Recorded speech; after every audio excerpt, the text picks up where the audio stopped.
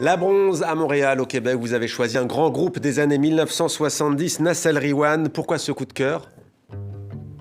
Ben, je les redécouvre. Je les connaissais, je les écoutais quand j'étais enfant avec mon père, mais je les redécouvre. Je trouve qu'ils sont imprégnés d'une fougue absolument unique. Puis ça me fait du bien de me replonger dans le cœur des débuts du rock. Ouais, c'est vrai, et ça fait du bien d'entendre ces quelques notes, vraiment un beau coup de cœur. Nassel Riwan, Mashimaya Inastouane, vous avez choisi, ça ne s'invente pas, l'exposition Juifs et musulmans de la France coloniale à nos jours. On en parlait tout à l'heure, c'est au musée de l'histoire de l'immigration à Paris. Commissaire d'ailleurs, on le signale, Benjamin Stora, il y a aussi Karima Diresh.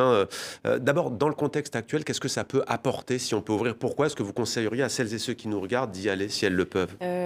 Je pense que c'est très important de comprendre le rôle de la France qui est au cœur de ces relations imbriquées entre les communautés juives et musulmanes. Et je pense que ça va permettre de prendre du recul. Il y a eu le décret Crémieux aussi, d'ailleurs, on n'en a pas parlé, le fameux décret Crémieux. Mario Choueiri, vous choisi un artiste, Jaildo Marinho, il est brésilien, il travaille à Meudon, en région parisienne, sculpteur, là d'ailleurs où le sculpteur Auguste Rodin avait ses fonderies.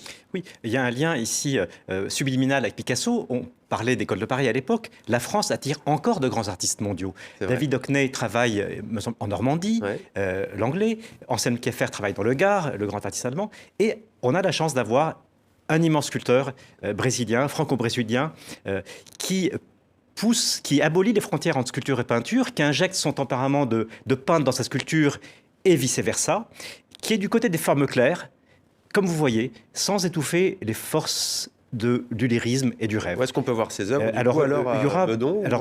à Meudon, il y a une rétrospective à Sao Paulo, c'est un peu loin, dans moins d'un an, et des choses à venir en Île-de-France, ils seront annoncés. Très bien. Voilà.